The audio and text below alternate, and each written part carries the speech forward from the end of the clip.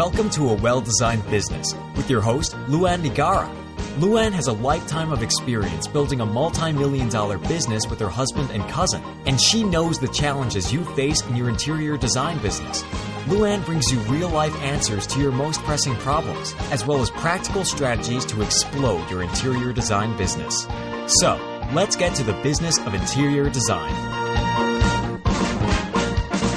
Hi, welcome to another episode of A Well-Designed Business. Thanks for joining me today. My guests are the principals of Moniomi Design in Miami, Florida, Ronald Alvarez and MonicaSantayana. This is a great show for the takeaways not only about project management, but also if you happen to be in business with a partner, married or not to that partner, I think you'll get some value today. You will hear how this very special husband and wife team works together, relates together, and how this contributes to the success of their company. The two met while attending Florida International University, both studying architecture. And today they are unbeatable as they lead their firm in the upcoming Little River area of Miami, Florida.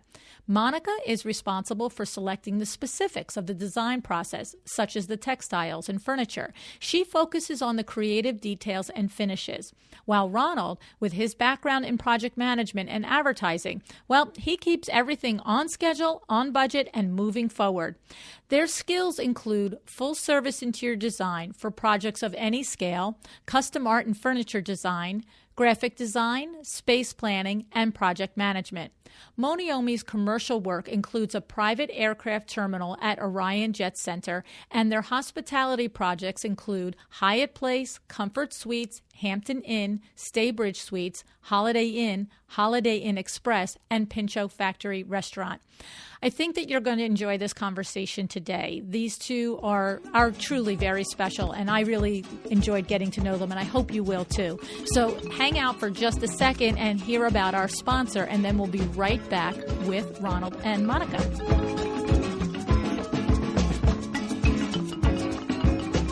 My great thanks to my DOMA Studio, our podcast sponsor. What is my DOMA Studio? Well, you know, as busy interior designers, that running your own design firm isn't just about designing. That's what we talk about here all the time, right? There's managing contracts, clients, payments, products, and a million other things that you have to have locked down. It is challenging, but you must run your firm efficiently so you can do the fun, creative things you enjoy so much. And that's where my DOMA Studio comes in.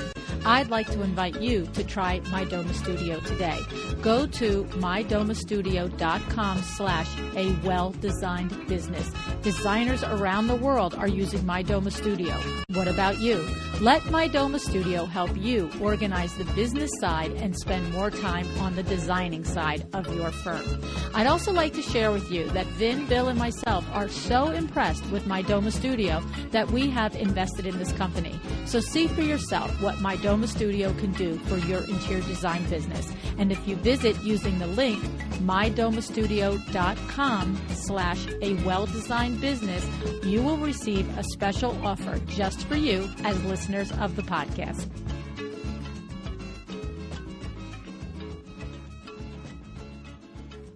Hi, Ronald. Hi, Moni. Thanks so much for joining me on A Well-Designed Business today. Hi, LuAnn. How are you?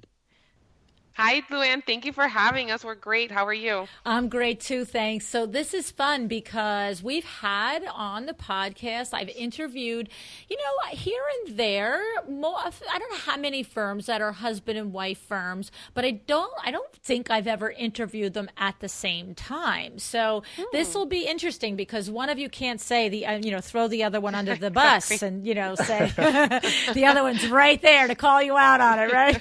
Very true. I'm glad I'm on this Very phone call. true. So here's the thing. Everybody knows that I love to have a reason for a particular designer to be on the show. Like everything we do in business, we have to start with our why, right? We have to start, who are we marketing to? Why are we doing this? Why are we taking this project? What are we doing? So for me, it's no different with the podcast. I always ask, why am I interviewing this particular designer or this particular firm? And so in looking at your firm, what I feel like our why is that you're both trained interior designers, as a matter of fact, architects, right? So you're Yeah. both trained, but you have sort of morphed your business into not you only, like, Ronald is the project manager and Moni serves more as the designer, and it's not that you don't cross over, that Ron still does design and so forth, but you sort of have developed this role of your skill sets, right? Where Correct. that's basically your superpower is being organized and getting things done and so forth, Ronald. And so I love that. And so I wanted to talk about that. And I wanted to talk about it for two reasons. Number one, because I think it's pretty interesting that a lot of times the interior design firm, if it's a smaller firm, the designer is responsible for being the project manager, even though it might not be comfortable or the skill set. And you guys have this ability that you've taken each of your first loves, of one of love and one of organization, and able to use them. And it reminds me, the second reason is it reminds me of me and my husband in our business. So we overlap a lot in the different products that we sell and the different ways we run our business and the different things that we do together. But at the heart of it, everybody knows that he's the system Nazi that kicked my booty for the first several years, making me do things the right way. And so let's talk about this. So you guys, I said in the introduction that you met in college and that you started this firm together about 5 or 6 years ago. And tell us, how did it morph, or did you sit down and say, okay, you're really good at this, so Ronald, you're going to be mostly the boss of this, and Mona, you're really good at this? Or did it happen organically, guys? I think it really happened organically because it's funny. I've always said that our studio really runs like our life. Our experience, our previous experience comes from really how we handle our home, how we handle our, how we manage our life, basically our life. And so we know, and we really run our business very similar in that sense. I know Ronald's always been extremely organized. His background has been project management. So I knew, and he was great at that. I mean, he really succeeded incredibly in his project management skills. So I knew that was innate, an innate quality that he was going to bring. And of course, as anybody has their, they have their niches, it's just in him to be researching technology that can better assist you as far as organization, invoicing. It's just in him. That's what he reads. That's what's up on his Facebook feed. That's not really what I focus on. My feeds are more of, the new introductions of furniture, that's really what pulls me. Right. Although, I definitely want to be organized, and he's very much into design. We're both as passionate about design as we can be. It's just, you're drawn to certain things. So it really it was very organic as far as how it became applied to our business. Okay, so Yeah, I and like I think it. our story, sorry to No, interrupt. go right ahead. I really think our story is a little unique, and I would like to say maybe a little different. Monica and I started a business where we saw that we had that we could make successful, and I think we've seen each other grow and develop as adults. We met Right. at a very young age. We were in college, and we were, your typical college student. Funny enough, we never shared. We spent basically, I guess, 3 years together or so in college, in separate classes, always architecture school, but always separate classes. We never really knew each other. We just saw each other, right? And we might have had friends in common, but not until we had the opportunity in which our two classes decided to join and have a project together, I think is really when we got to know each other, and definitely when we fell, in love with each other. And I think a lot of it, I remember meeting Monica and thinking that I had never met someone that I thought was as creative as she was, and really as applied. And I saw a lot of common elements between us, things that, Yeah. like I remember sharing a project with her in the middle of the night. If you ever met anyone that went to architecture school, you know that you have, you don't sleep, right? You go to sleep at 4 o'clock in the morning, you wake up at 6 o'clock in the morning, and you go to class. Thank God, you do it when you're young and you have the energy to do that, because I cannot see myself doing that ever again. I know. So all of those sleepless nights got us, to be very close. Yeah. But it also gave us a level of trust that I don't think either one of us had for anyone else.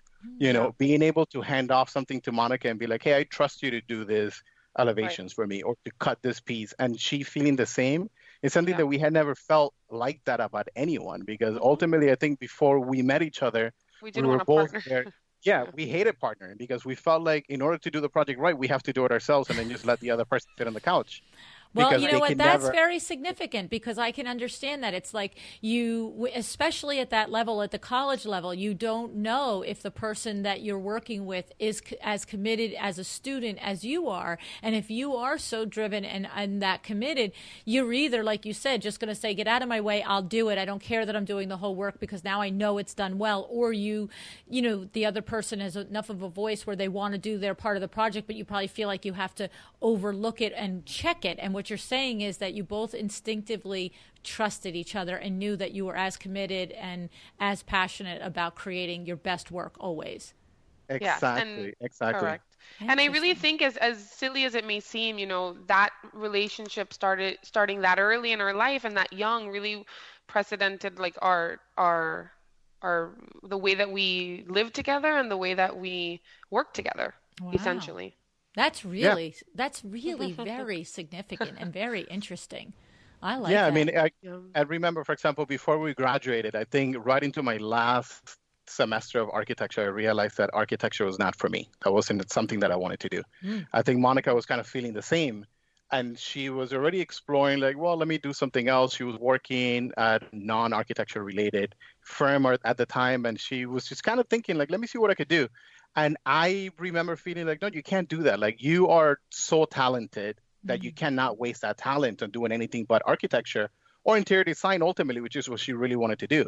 So I took it upon myself to put her resume together and send it to firms all over our city. So everywhere in Miami, got her interviews, and then simply sat her down, gave her a schedule, and said, "Okay, well, you have interviews in this firm, that firm, this firm, and this is what you need. This is what you need to do." Were you guys actually dating? Told me. Were you dating at this point? You were dating. Yes. Okay, you weren't just friends at this point. That's amazing. So he didn't even tell me. So, really our relationship, and everybody always asks us, like, how do you work together all the time and every day? Don't you get sick of each other? I don't know. It's always been very supportive. We're very supportive of each other. We're almost each other's the biggest fans, which I think is very important in what we do. So even since the very beginning days, he was very supportive of my creativity as well as I was of his.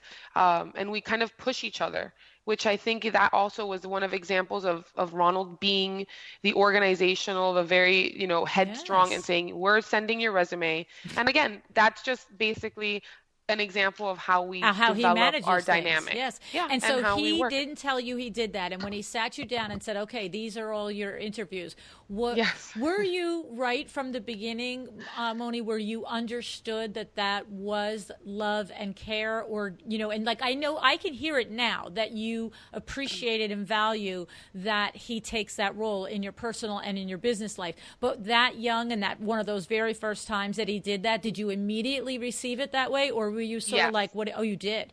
I did, because I know myself, and I know that I'm a very dedicated and applied person, but I could lose my way as far as, like he was saying, I was like, oh, maybe I do something else, because I've always had many passions like fashion. And so he was very much more directed, direct with me, and he was like, no, this is what you're doing, which I know I need that. I've always known I need that. I know that's one of my weaknesses.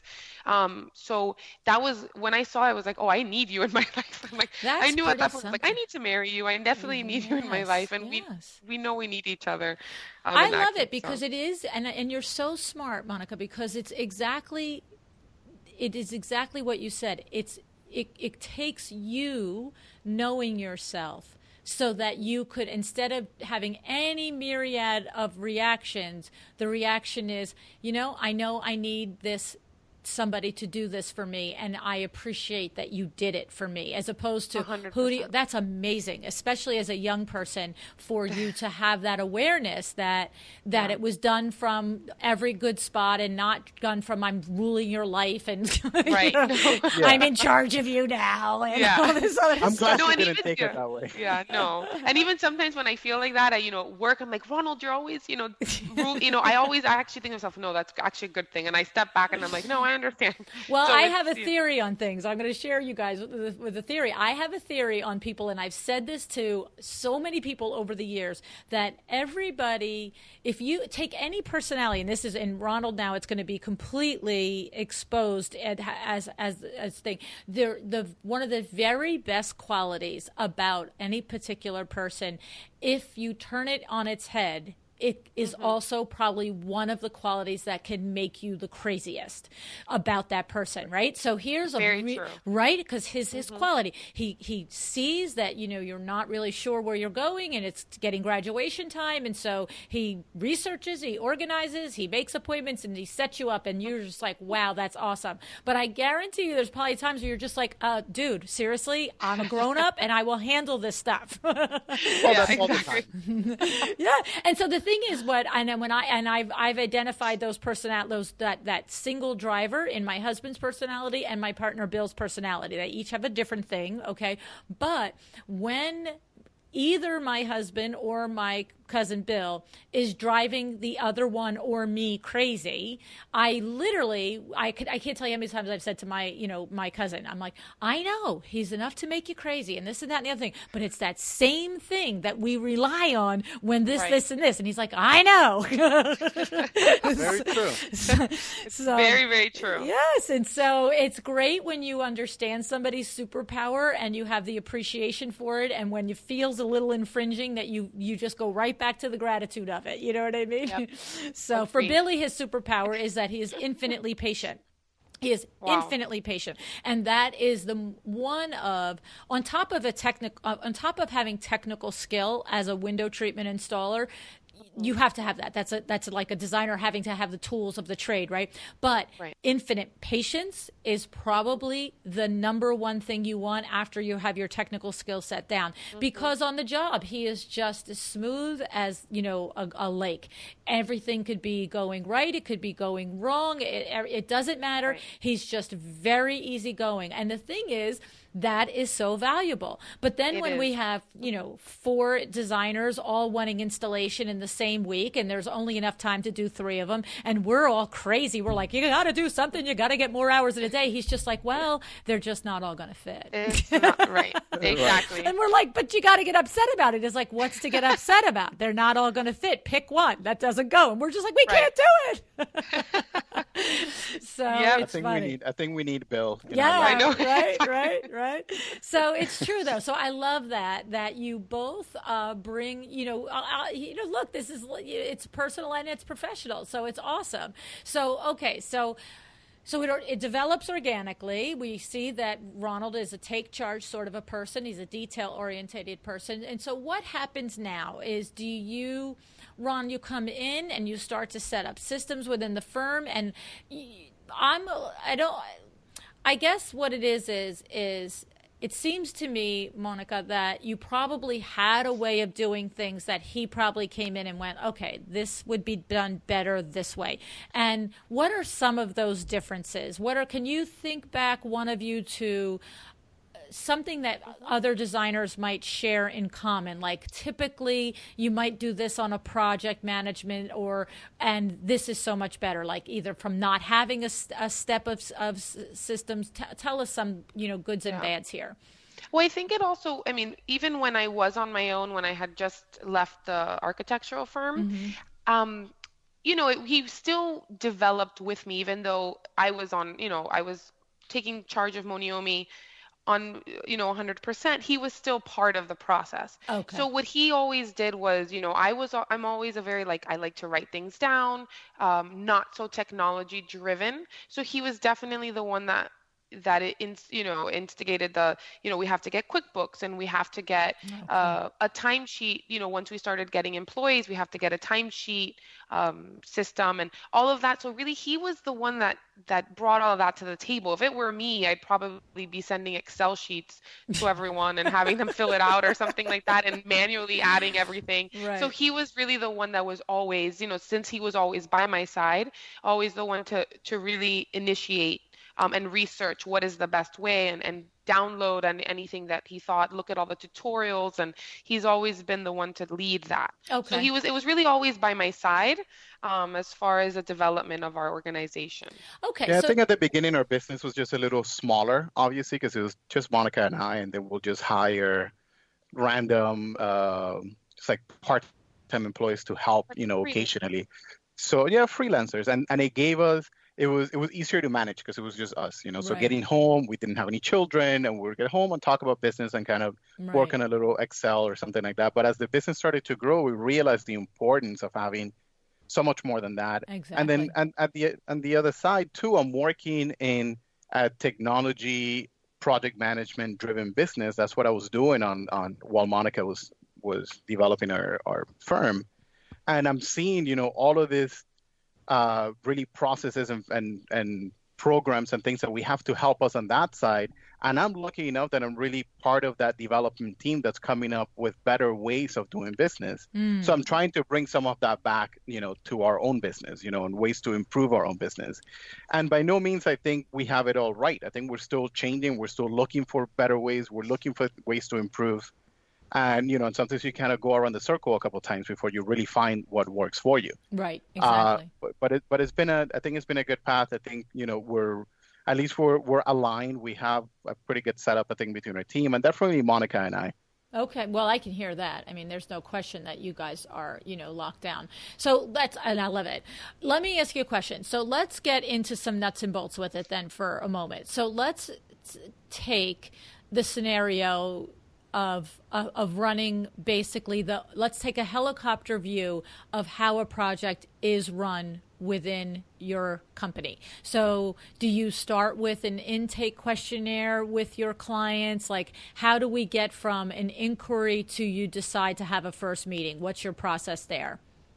So I think we've tried and considered the whole, let's send the questionnaire, have them, fill out some questions. We'll try to get something from that questionnaire, and then maybe some images that they'll upload.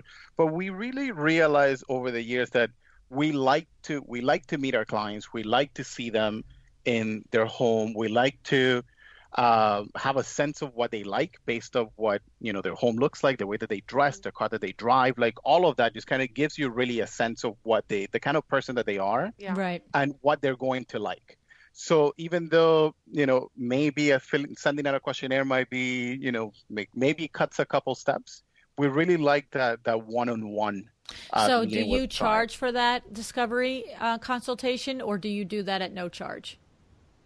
It's really at no charge. You do? Yeah, Okay. it really, Yeah. I mean, we at this point we've I know this is one of those things we're always like, we should be charging, but it's one of those things once we've actually cut the fat in the sense that we've already spoken to these clients online, I mean on the phone, we've gotten a gist of we usually request their address, their scope. So really logistical questions is what we ask. Once we know that they're serious, and really most of our clients come recommended, so they're not shopping around too much. So when we're secure about possibly attaining this client, we do like to meet them to really get a feel, and that way they get a feel of us. We find that it's very, very important.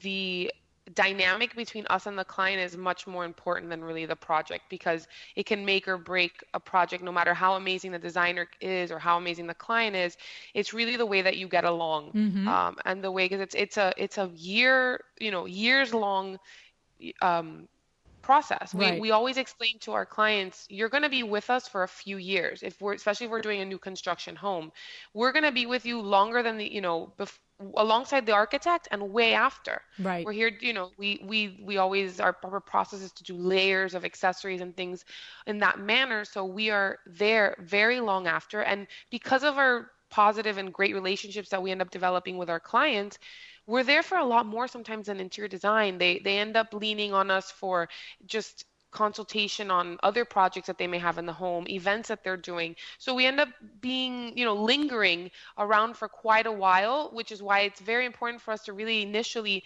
decide whether we're compatible as Right. far as designers and clients. Okay. So are you at the point now where you really only take on bigger projects? You're not, you Yeah. don't, somebody doesn't call you to just do their living room. Correct. Okay. On I mean, very special occasions. Go, I'll let Ronald take this yeah, I one. mean, I think people still do. I think we are at the point, or we've been at the point in our business in which we're fortunate enough to be able to not take on certain projects. But ultimately, I think really what matters to us is not so much the size of the project, but the quality, what that client is looking for. We love doing small projects. We love doing bathrooms. We love doing, say a master suite. But we just need to make sure that the client is really going to allow us to express our creativity fully. And that they are looking for that, because that's really what makes a project rewarding for us. So you're actually, what you're saying in a nice way is that you're doing strictly luxury projects. Am I understanding it between the lines correctly? I mean, we can call it luxury. I think we're looking for creative freedom. Creative, yeah. Okay. Exactly. You're afraid that your clients are listening. They're probably not, so don't worry about it. No, I'm not. just really trying to set the stage for your colleagues who are listening. Do you know what I'm saying? Every single day I talk to interior designers, and there are some interior designers that are able to, and their wheelhouse is to execute a bathroom renovation for $10,000, and there's other designers that wouldn't walk into a bathroom for less than $50,000. You know what I mean? So, exactly. And all areas, all levels are valid work, and there is a need at every level for an interior designer to perform these different price points. Okay. So, but I'm just establishing criteria for our colleagues listening. So you are really at the higher end of everything that you're doing is what you're expressing, correct? Yeah, at least when it comes to Monica and my involvement. We have a design support team that we work with. We have designers in our studio, we have project managers in our studio, and sometimes we do get approached by clients that have a smaller project, maybe one that Monica and I may not want to be as involved. Okay. We're still a part of it. Like their kids' living room or a second home that's not important. Okay. Exactly. Okay. Understood. Okay, good. Okay. So now I want to go back to the beginning there when you were talking about the consultation and so forth. So you've had a conversation on the telephone, and now you've decided that you're going out to meet the client. Do you both go to that meeting? Or does okay, you do both go to that meeting. Okay, so now so now you have, after that meeting, you go back and you come up with the project fee or the proposal or whatever, and you send out a contract for them to onboard as a client. Is that the next step? Correct. Okay. Okay, exactly. So now once we have a client in-house, what happens now? Do you both work on the design, or does Monica work with your design team and you go to work and start organizing the business side and starting the communication and getting the whole backside of the project work? Like, how do you guys do that? So it's a little bit of both. Ronald and I will always start the design together, and as it's kind of like we focus on the design together, and then we almost fork off later on in the project. But at the very initiation of the project, it's definitely 50-50 Ronald and I. We're coming up with the concepts, we're coming up with the ideas, and something very unique about us that clients have told us that they really like and enjoy about Ronald and I is we don't agree on everything. Okay. We'll actually have disagreements in front of clients, which what they appreciate is that they appreciate that we have two different perspectives, right? So really, when we come to a solution, they feel that it's the best solution because we've had more two perspectives. So they've always actually verbalized that to us, that they appreciate that. That they like that we're really thinking about it, and we're not just, okay, well, that's what you say, great, we'll just do that. You're not just phoning it in. Yeah. Yeah, and we're not afraid of really disagreeing with each other in a meeting. We're not like, wait till you get in the car so that I can tell you what I really think. Right. Like right in front of them, we're like, hey, like I don't like this. Why don't we try something else, or let's just kind of get back to you, or we'll think about it. Right. And they really appreciate that. They actually enjoy that. So they love having us, and they've verbalized it many times, some, especially clients that have worked with other designers, that they appreciate having both of us because they do identify and they do realize that we both work very differently. So, and they really feel much more comfortable knowing that there's one person kind of focusing on design and one focusing on organization. And they see that because every time, they will reach out to us for different reasons. And that's when I say we fork off. Right. So we present the design, we develop the design. It's Ronald and I 50%.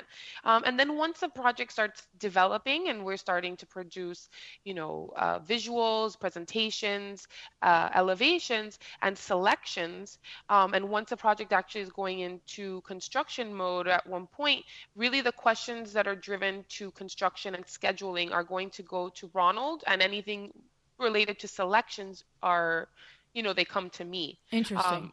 So that's really where we fork off, and people like having that. Yes. And sometimes I don't even know schedules. I mean, they'll ask and they're like, oh, are the doors arriving? I'm like, you know what? You have to ask Ronald. And they kind of like that because they know that he has a better grip on scheduling and communication, and I have a much better grip on design rather than us kind of spreading ourselves thin throughout. So then how do you handle, so the project gets underway. Okay. So now you've done your design plan, they've approved it, you've started to make selections, and now we're fully blown into the system here. What happens now? So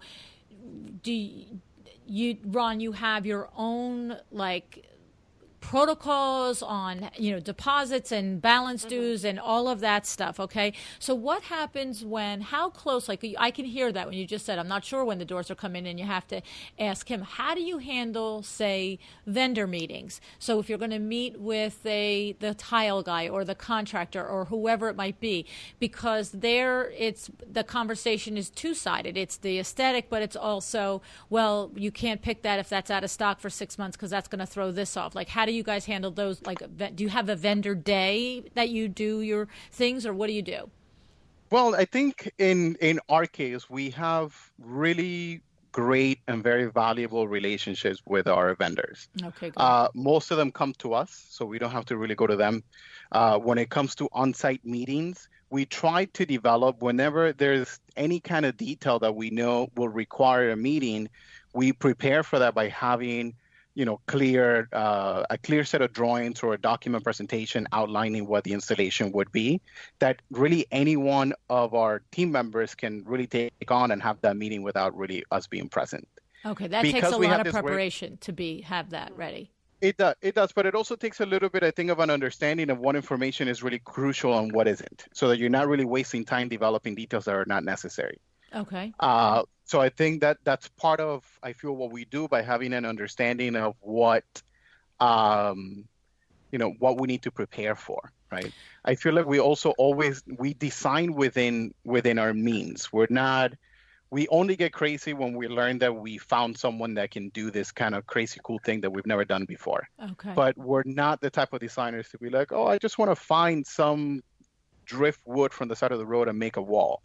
I don't think that's not us. That's very time consuming. Right. So I'd rather, work within our means where we know what we can achieve based on the skill level of those partners that we work with. Right. So I wanted to back up a little bit with what Ronald is saying. So when we're selecting in our selection process, we're also very much aware of our client's deadline. So do they have a deadline, or are they a little more flexible? And I guess at this point, prior to, we have a grand overall design scheme, prior to actually selecting and specifying the materials, we're thinking of this deadline. What are the materials readily available? And as we select, we're already asking. I never ask or send an email of pricing without asking lead time, and then asking for options. So I think all of that happens a little organically. We don't meet with the vendors all at once. I think as we're selecting, we know we want a white marble, so we're going to reach out to a few vendors. Hey, what are your options? What are the lead times of,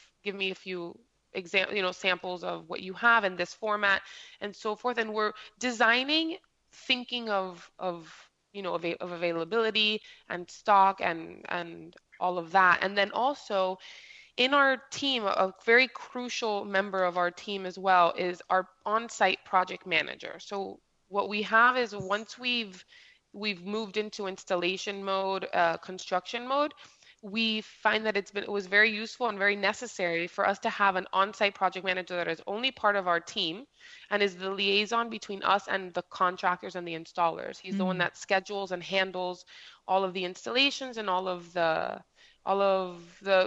construction, if we are really leading the construction at that point. So that is where Ronald comes in about the construction documents is we always like to have everything very clearly defined in a drawing, because he is really not aware, although we walk him through it, he's not the one that designed this bathroom, or so it needs to be very clear to him, so that then he can direct it to the installers. Although again, we walk him through it, he's involved, but he's not a designer, by trade either. He's more of a contractor, a construction guy. So that's actually very important and very crucial to the way that we work, so that Ronald and I don't have to be on site all the time, because that would take up basically 100% of our day. If we had to, we wouldn't be able to take on as many projects. So that's a crucial thing for the way that we work, is that we have, and he's our eyes on site, and he's everywhere. Every day he's driving from one project to the other, making sure that things are being installed properly, because, as you know, some installers and contractors don't take our drawings or our direction seriously. Right, absolutely. Or it didn't fit, so I didn't put it there. Oh, awesome. Exactly. So great. So glad you got to decide that. Exactly. Yeah, exactly. And it's really, that's actually detrimental, I find it, to a designer, because clients don't see it that way. Clients don't see the contractor sometimes separate from the designer. They see them as an extension, which is, it's unfair to a certain degree, because we only have so much control over them. So really that, if a contractor installs something beautifully, somehow they see it as a designer's, oh, great, the designers are great, look how beautiful this was installed, although it's really not. Right. And it's very, and at least to us, we're very big in renovation. So what we do in terms of design is that pretty much every one of our projects involve some type of renovation. So this renovation is a bigger part of the project than the decorating itself.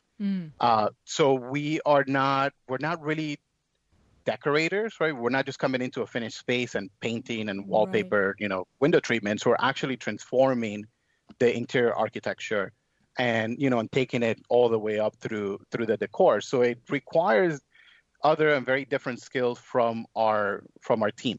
Right. Okay.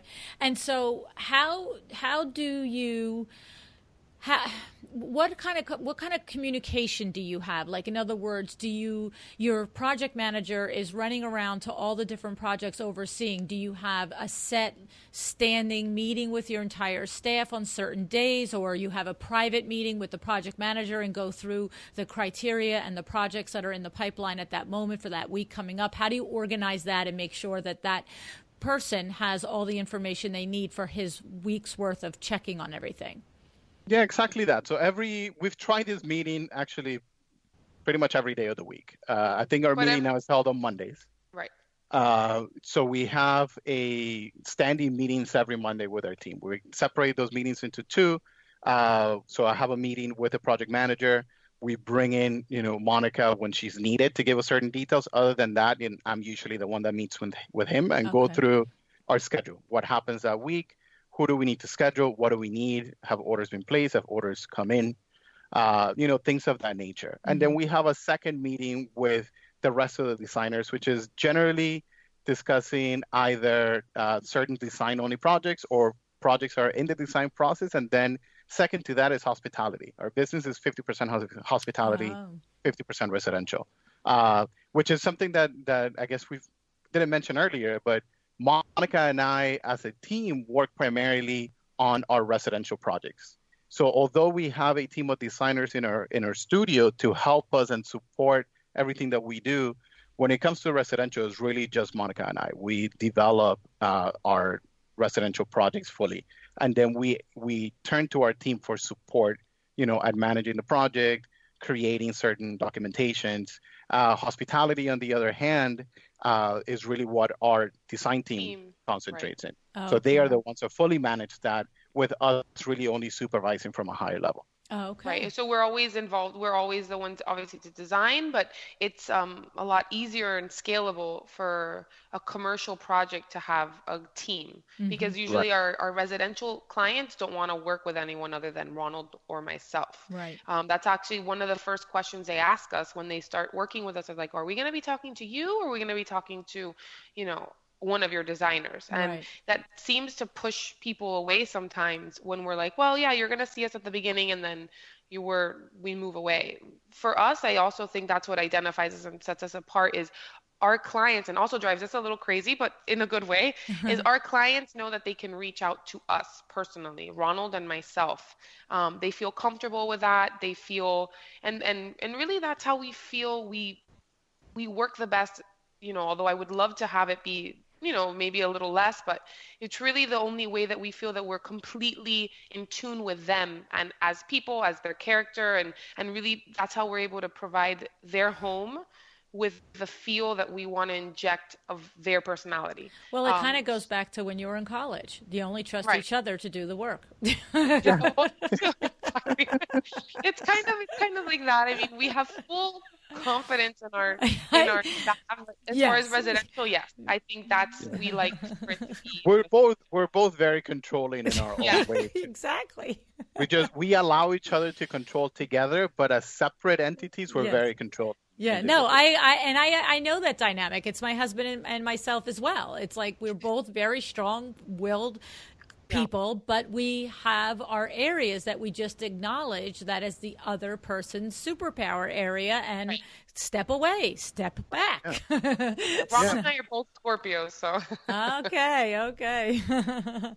But even, I think our clients kind of really understand that even without us having to explain. I mean, no one really tells our clients, hey, when construction starts, you call me, you don't call Monica. It just they happens. Somehow They get it. It just happens. They get it. They realize it. Yes. What's very funny also with our clients is that sometimes they don't realize that we're married until several meetings into the project, which I find to be very, very weird. I mean, we're very loving. It's not like we're not, we don't act like a married couple, but for some reason they see our dynamic being more as a partnership than, a husband and wife, which is weird. I always find it really weird when they find it funny too.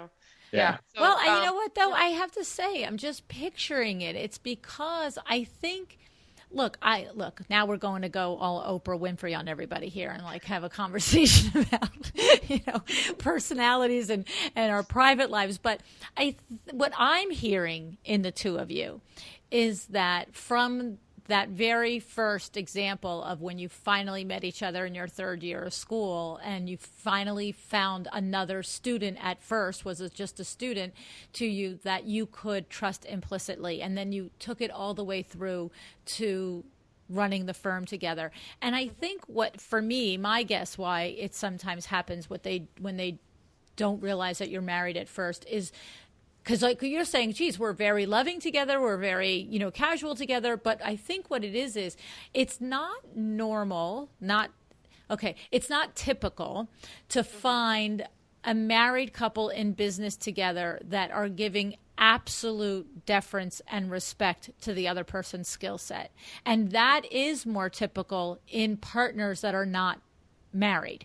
In other words, you see what the difference, what I'm saying is like that professional setting, it's coming through in this podcast. So it's going to come through in person. I'm 100% certain of it, that you each are capable and talented, but you also truly understand that when the other person is talking about a particular topic, that they're just better at that topic. And so in a regular married coupled business, it's more fighting for territory all the time. It's more like, there's, and again, I think I see it in you guys because I experience it with my husband too. You know what I mean? So, but that's my, Oprah Winfrey on that. Yeah, no, I agree. And I agree. And sometimes I think about it and I'm like, what would I have done had I not met Ronald, had I, the same in his case. I mean, I feel like I wouldn't be able to manage, although of course you do. Obviously there are, many individuals that,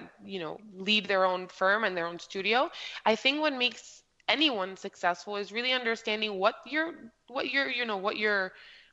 skill sets are and what your faults are as well. I think it's just as important to know what your weaknesses are and where you're going to need that support. So whether it's not a husband, but it's a colleague or an employee, or a staff, I think it's very important to notice that and really see where you need that support and get that support. Because I feel as designers, sometimes people ask us what we do. And really, when my mom works for us as well. She's our office manager. When she joined on, she was just in awe of everything you have to take care of as a designer. She's like, I thought you just picked fabrics. I thought this was fun. I thought this was going to be an easy job. And she was like, you guys, she was like, I can't believe you're going to do this for the rest of your life. This is so much to handle. And it really is so much to grasp. So I think as an individual, if you try to spread yourself too thin, you're going to fail. I think it's too much to handle. It's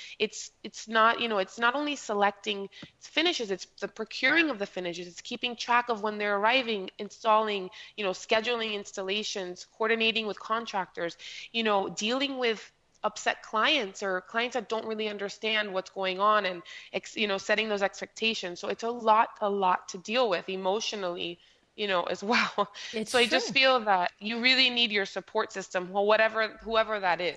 Well, and I want to just say in there and repeat exactly your sentiment is, the thing is, I've talked on the show about the E-Myth before by Michael Gerber, and I've talked about how Vin, Bill, and myself are 3 separate skill sets and 3 separate talents. And we've had other guests on the show. I remember Barbara Viteri, her first appearance on the show. She literally said, Kay Whitaker has said the same thing too. If you're getting ready, if you're a solo and you're getting ready to hire your first person, you make the list of all the things that you're really good at, and you make the other list of all the things you really love to do, and then you make the list of the things that you are not good at and the things that you don't like to do. Whether you're good at them or not, you don't like to do them. And Barbara, flat out just said that second and that third and fourth list, that's your first hire. You know what I mean? The list of the things that you're not good at and that you don't like to do, that's your first hire. And so I've often expressed how, Vin, Bill, and myself are literally just like you two. We have, complete opposite talents, and together they create this terrific management team. And so your advice right in there, Monica, is you're lucky. You two have opposite, superpowers. So you're both good at the same things, but then you have other things that you shine at separately from each other. But what you said in there, and I'm making sure we repeat, is if you don't have a partner, don't overlook a good employee. Don't overlook a good staff member. I mean, it's the same with me and Kimberly. Kimberly is a designer that works for me. We have a lot of things that we are both good at. We have a lot of things that I'm better at. But let me tell you what, the list of things that she's better than me at, I love that list. You know what I mean? Yeah. And I'm just so happy to just say, I can't tell you the number of times in a day I say to somebody, I don't know, we have to ask Kim. And they like people who have known me and known my business for years will be like, because it's mostly with advertising people and social media people and initiatives that are putting our brand out there and things like that. They'll be like, wait, I've been dealing with you for 20 years on this. Now we're asking her, and I'm like, yeah, because she's better at it than I am. And we have a very crucial. I agree 100%. We have a crucial member of our team too. She directs and manages our hospitality projects. And when you say of doing that list of what I don't like to do, she's very good at doing all those things. And I think she has a little more patience for clients as well, for the hospitality clients, and where I'll get upset and I'm just like, why? Why don't they understand? She's like, I'll send them an email. Don't worry. She takes care of it. And I'm just like, I value that as well. So I agree with you 100%. Yeah, no, the advice is yours in there, and it's exactly right. It's if you're not lucky enough to have a partner, and if you have a partner and the partner still doesn't have an opposite skill set, then you still need another person, right? You guys could both be amazing designers, and neither one of you have the talent for the organization and the project management. You'd still be able to be amazing partners together, but you'd still need that other person. Yeah, and that's something you bring up that's funny. I've always mentioned, I was like, you can be an amazing designer. You could be the most talented, amazing designer, and yet you can fail. Absolutely. At being an interior design, studio. And that is the whole point of the podcast. I say it all the time. I don't want to burst anybody's bubble out there that's a brand new interior designer coming out into the world now, especially at graduation time. But your talent isn't what's going to help you succeed. It's just not, put it this way, your talent isn't going to be the reason for your success. You know what I mean? It just isn't. So I have, in my 30 plus years, known too many insanely, ridiculously creative, talented interior designers that can't keep a pipeline full or haven't been able to keep their business open and it's closed. And it's it's like medical school, right? Somebody graduated last in his class. If that guy is a doctor out there, he's the worst one in his entire class at taking tonsils out. But if he's running a good business, he's probably taking tonsils out somewhere. Yeah. Exactly. So, and that's what it is for interior designers too. You have to, and that's the whole premise of the show, is to really encourage everybody that loves the field and loves the actual nuts and bolts of designing to understand that the best way to make sure that they are doing it for as many years as they want to be doing it is that they get the business side, squared away. So, all righty. And understanding that you can't do it by yourself either. I mean, Right. you need that support system, and you need to really work on building a very strong team, because that ultimately was going to help your business succeed. Exactly. How big is your team at this point, you guys? We've gone up and down in numbers. We're 8 now. And sometimes I think we have the right number of people with us at the moment. We've learned to also hire outside of our team to help in other things, like social media, for example. We have a social media team to help us on that. PR and sales and other items, but in our office is 8 of us. Okay. I love it. So tell me, like, let's just, wrap up a couple of last questions about maybe share something that you feel was a good lesson in hindsight that somebody listening is maybe on the beginning of their journey and you're saying, you know what, not for nothing, but we didn't do everything right all the time. Here's something that was challenging and, in hindsight, we figured it out. Anything come to mind? Don't you love it when I just just put a question out there like that? There's a lot. I think for me, even today, we always come across this, and I feel like we're never going to be ahead, but at least we're learning as we go, is setting the client's expectations. We have to understand as designers that many of these people and clients that are coming to us have no idea what they're to expect from a designer, from an architect, from a contractor. And like I said before, sometimes they see the contractors as an extension of us, even though they're really not. Unfortunately, their work should not reflect on us, but it does. At the end of the day, they see it as this whole package.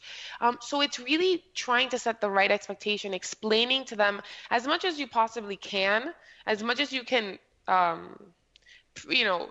much as you can predict that would come up. Just explain the process to them, give them the right expectations, even with materials. Like, for example, a marble. How does a marble act? We don't want them to be surprised when it's installed and they realize that they have to seal it or that it can stain. Have them be as educated as possible, because that does come back to you. And have you evolved and changed do you have any sort of checklist that you go through in your initial consultation that you have developed based on, these are the typical places that a client doesn't understand the process and might have inappropriate expectations? I mean, how do you address, because you can't leave it to chance, right? I mean, you have to know that you've covered certain bases. Have you developed some way and some system of making sure that at least these minimum 5 types of conversations are had? How do you do it? Not really. I mean, we try to have those conversations with the client as we find them to be necessary, because the one thing that we have learned, and the reason why we're not necessarily took that approach, is that when you sit down with a client, right, and you introduce them to, like, well, here's my proposal, here's my questionnaire, here's my questions and answers, here's what we should not do, here's my process, it's very overwhelming, and people feel like you're not trying to work with them. And to be honest with you, we do want to work with our clients. We many times become, our clients' very close friends. We want to be and share the same sentiments with them. So if they are upset or unhappy about something, we kind of want to share that same feeling. We don't want them to be upset about something that they shouldn't be. If they're upset about an installation, then we kind of need to share that sentiment, right? We need to understand, yes, you have all the right to be upset about this, and we're going to work on it, right? Luckily, I feel like to us, we're at a stage in which we're able to avoid a lot of that. because what we have done is we improve communication with our clients. We let our clients be as involved as they need to, but not more involved than what they really need to be involved, because you don't want them to be a part of the entire process. Right. But you want them to be enough of a part of the process where they understand why certain things happen, in the way that they do, or they're a little more forgiving, if something is to occur. Okay. And then just really having that transparency in communication. I think that's really important. Do you have a protocol for communication? I've interviewed some designers that send out an email every Friday, like, this is exactly what happened on your project this week. This is what's happening next week. Have a great weekend. Do you have a protocol for communication? I think our protocol is presence. And I think a lot of the presence has a lot to do with our project manager. Our project manager is really key to every one of our projects. I mean, every time that we see one of our clients, the first thing that they tell us is, we love Gary. Okay. Because he's here every day. If we didn't have that daily presence, which, having our project manager there, our projects really wouldn't be as successful as they are. Mm-hmm. And our clients would probably feel like Monica and I are never here. So they don't care. But the fact is, what we do on our protocol is just a simple, at least once a week, we do try to open a conversation with a client about, like, hey, let me know how this installation is going, or I'm just checking in. I know we're expecting to have your countertops coming in, Wednesday, et cetera. And it's really having that communication. I feel like it puts the client at a lot more ease, where they know we are there, they can count on us. As much as I don't want them to call me. I mean, I have my clients call me all the time. Right. I'm saying me because at that point in time of the installation, I'm usually the one that's receiving the phone calls. Right. They call me and I pick up and we talk, and I think just really being able to communicate. I was just going to say, I can see the value when you described it about Gary being on site every day. That's like, I heard it the first time when you guys mentioned it, but I just really heard it that time.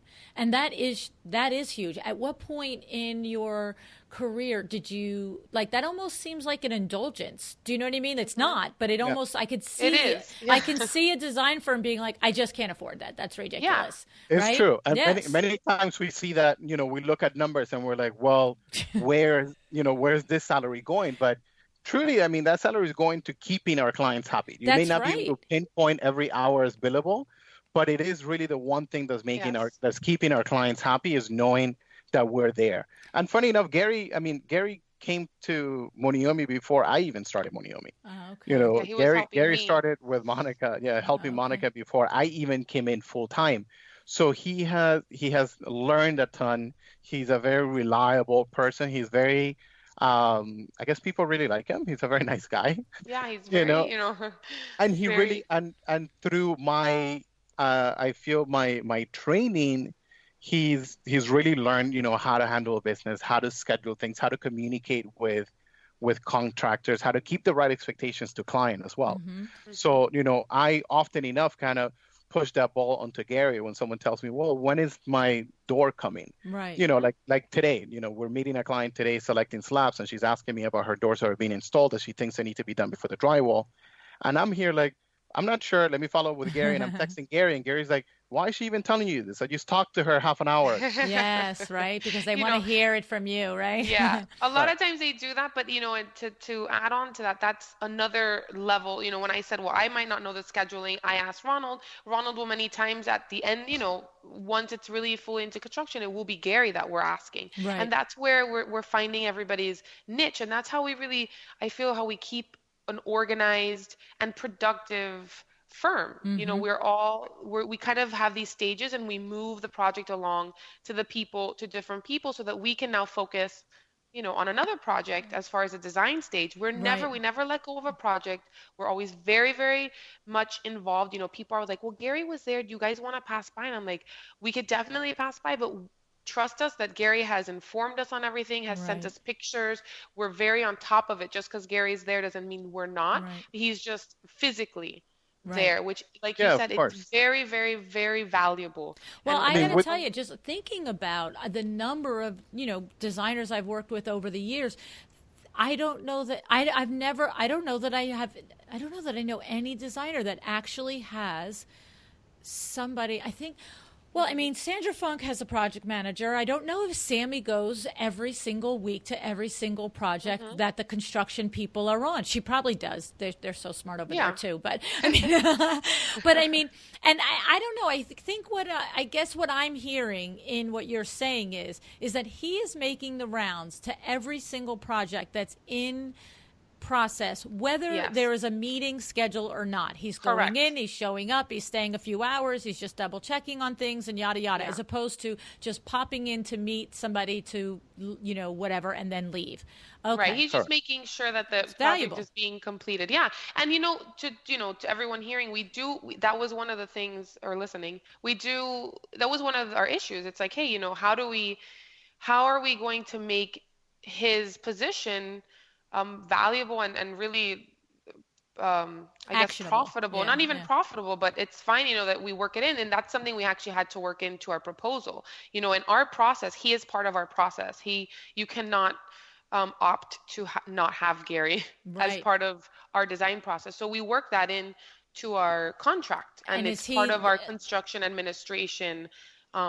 Is it billable hours? Like, is that how it's described in there? That his position? To some projects it is billable. To some is not. We have a lot of what we call legacy projects that we have been working on for many years, because they have developed into, we're gonna do the kitchen to now let's do this, and let's do the bathroom, and let's do the room, and we're now doing decorating and renovating a house with 7 bedrooms over the course of 4 years. Right. So a lot of those, it's difficult to come back to a client, even though it's very understandable, but it's very difficult to come back to a client a couple of years into the project and be like, hey, 2 years have gone by. I think I need to update my fee structure, and this is going to be my new fee. You kind of figure it out, right? And you make it work. And to me, I find a lot more value on this happy client that's constantly recommending us and bringing us more business than trying to make a couple more dollars from that project. Okay. That's right. In regards to Gary's involvement. But to newer projects, we do involve Gary more as a billable asset. So we'll encourage the client, or really in our proposal, we may include a limited number of hours that we find to be sufficient to maintain the project and to make sure the project is handled the way that it needs to. But once we go above and beyond that, then there'll be an hourly rate, a billable hourly rate. Okay. Interesting. Very interesting. So what do you think? Is there any last bit of advice that you'd like to? You guys really did share a lot of things. I think the biggest things that come to my mind from listening to you guys talk is that in every relationship, certainly in your personal relationships, but in your partnerships in business and in your relationships with your employees, is to really recognize and trust in what the other skill set is of the other person, and to not fight against it, but to enjoy it and to be grateful for it and to be glad that it's part of your company, your business, your life, right? So that's the first one, right? Okay. I think that I love it that you understand that a project needs to be well managed, that it takes a lot of communication. I love that you have the Gary level in there. I think that's awesome. I have compassion for not being able to bill him in on legacy projects, as you said, but I'm glad to hear that you do it on new projects going forward. That's cool. Yes. Okay. Yeah. Right. I mean, and to close, I think really the conclusion here is that what we find to be the most important, really the most valuable, advice to take from us is that we really value relationships, and everyone needs to really value those relationships, and relationships that come not only from you and your employees and you and your clients, but also you and your vendors and your reps and everyone that you talk to, and everyone that's a part of your business is a very valuable part of it, and you need to work on those relationships. I mean, I can't even remember how many times we've gotten into some kind of issue or trouble with, let's say, a lighting fixture is coming in, or something that came broken, or something that we forgot. I mean, you do that all the time when you're handling, 20 renovation projects, and on top of that, you have five or six hotels that are being in the design process. It's very, very easy to forget a lamp. To order, or forget a trim, from your, something, a trim for the plumbing in a bathroom, and having a relationship with that vendor where they see Ronald calling and they pick up, and then you explain to them the problem and their answer is no problem, I'll overnight this to you, have it tomorrow, is there's no value. You can't put a number to that. Yeah. And that's actually been very important. We always talk about that. And we know Ronald and I discussed that, even your reps, the reps that are coming with fabrics and everything, they're essentially the ones that can expedite. If your client is also in a hospitality project, the client waited, till last minute to order. And I've had reps that are like, look, I did this, I expedited this, I lowered the cost just because I wanted them, I knew I didn't want you to have to reselect the wall covering, so we lowered it just to really, get this done. And that's extremely, extremely valuable. They'll bend over backwards because one, they know we have a great relationship, but we also respect them and cherish them. We love all of our reps and our vendors. Yeah, and a great relationship with your client. And I feel like a great relationship with your client is just as valuable. When you have a really great and open relationship with your client, it's not as hard to tell them, hey, this thing is getting delayed a week, sorry, but we're good.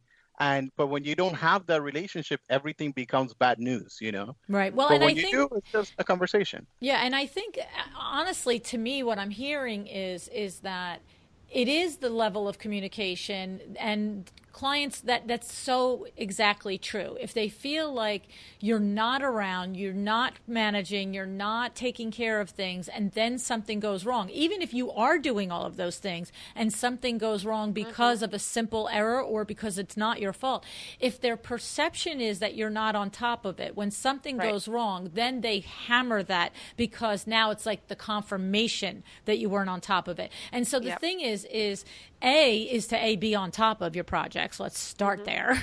But the second advice in here is that if you are actually on top of your projects, make sure that they understand. You guys are lucky because you have the visual presence of Gary every day. So there's nobody that's going to tell you that you don't know what's going on with the project. You're right there every single day. But if a designer listening doesn't have a Gary, that they're not large enough yet to have somebody devoted to that the big message is to make sure that in some way you express to your client that you're involved, that you're aware of what's happening, so that you do have that built-in layer of, it's like you said, there's a trust there, so they are going to give you a little more slack, right? If something goes on. Yeah, because look, anybody could and should understand that mistakes happen. So a client that doesn't understand that is sort of like crazy client. But but it comes from the client feeling attended to, and then therefore they can let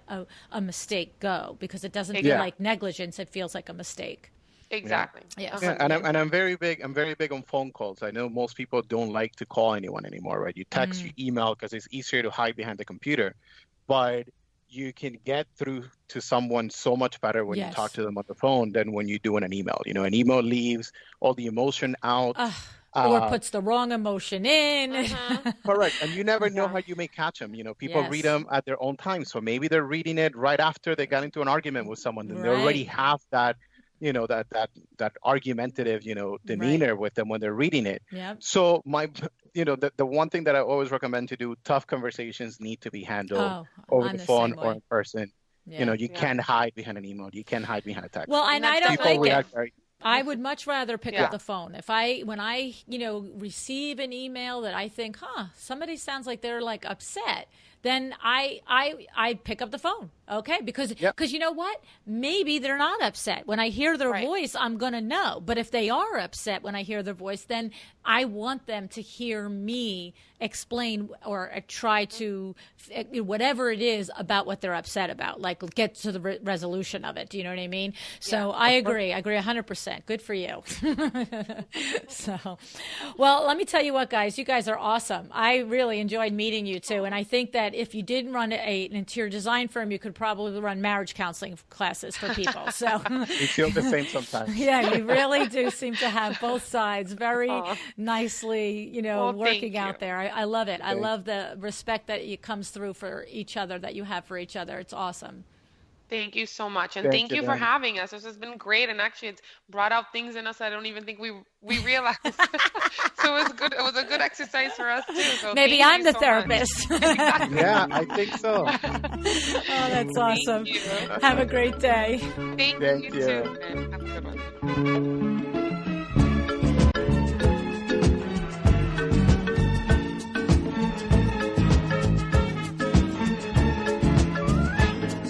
My great thanks to the featured sponsor of our podcast, Cravat Inc. Of all the terrific things about Cravat, do you know about CuratedCravat.com? I know you've heard me tell you all about it for this last year and a half, but have you taken a minute to really go and look and check out CuratedCravat.com yet? You have to see this collection of the most unique, high-quality finished products for the home. The collection includes furniture, lighting, bedding, rugs, accessories, and more. It is so comprehensive. It features customized designs as well as unique hand-picked pieces from the global design market. CuratedCravat.com is available exclusively to the trade. That's right. No direct consumer purchasing. They have your back at Cravat Inc. And have you checked out the innovative ready-to-ship upholstery program? This is groundbreaking in our industry. Where else can you find someone that delivers custom quality furniture fast? I'll tell you where else. Nowhere else. You see, it's the combination custom quality and fast. That is at CuratedCravat.com. You can shop the site by product category, by stylized product stories, and through the curated rooms designed by the industry tastemakers. At CuratedCravat.com, they are committed to making your job more efficient by providing unmatched customer service coupled with an exceptional product offering. Cravat Inc. stands firm in their mission to serve the interior design trade at the very highest level. And the last and one of the most fabulous features is the process is so simple. That's right. Design, click, deliver. Easy as that. One last thing. Cravat Inc. has a thank you to you as a listener of the podcast. If you are on the site and you are ready to make a purchase, any one purchase, you can get 10% off as their thanks to you. Enter the code CKPodcast at checkout for 10% off any one purchase. Well, I do thank them very much, and I really do hope that you will take a moment to see how CuratedCravat.com can help you run your business more efficiently.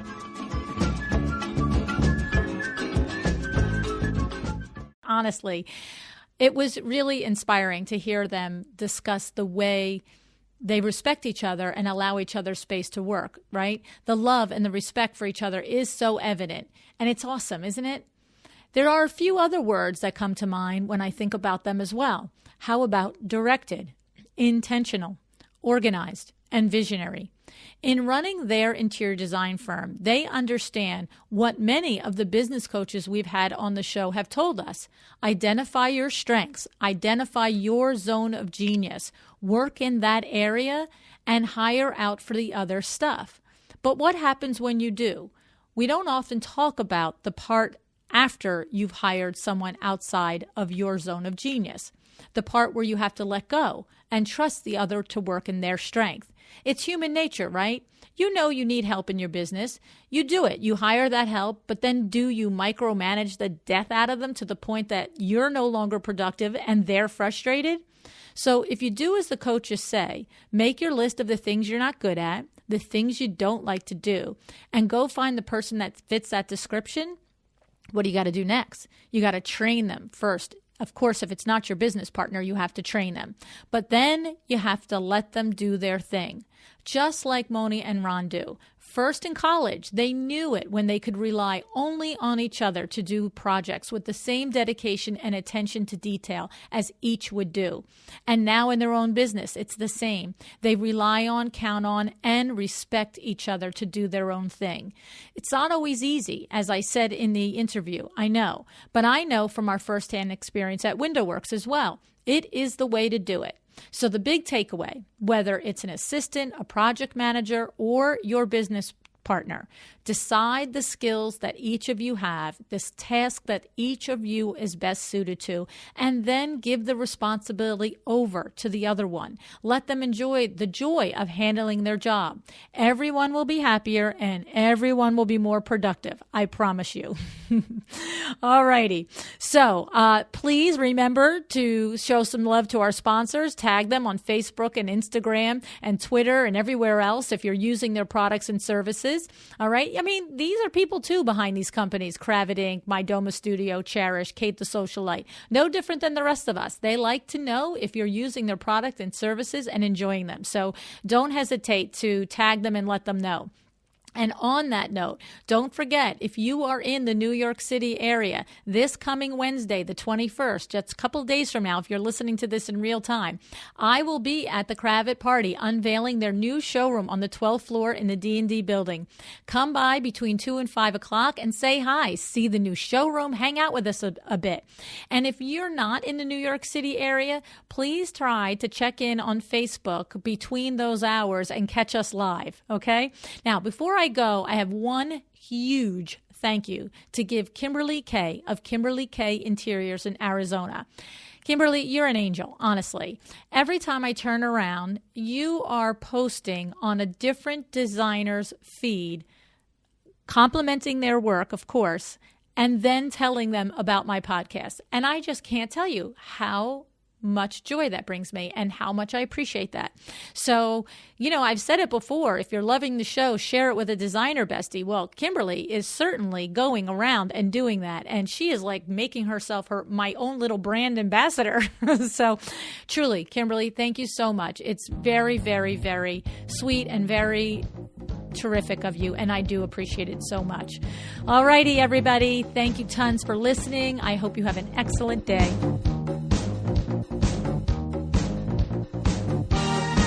Thank you for joining me again today for another episode of A Well-Designed Business. This podcast is a production of WindowWorks in Livingston, New Jersey, your trade resource for custom window treatments and awnings. Learn more about WindowWorks at www.windowworks-nj.com. All of our music is original music by Room 2 Productions. Please contact us if you want to learn more about original music for your business or your events.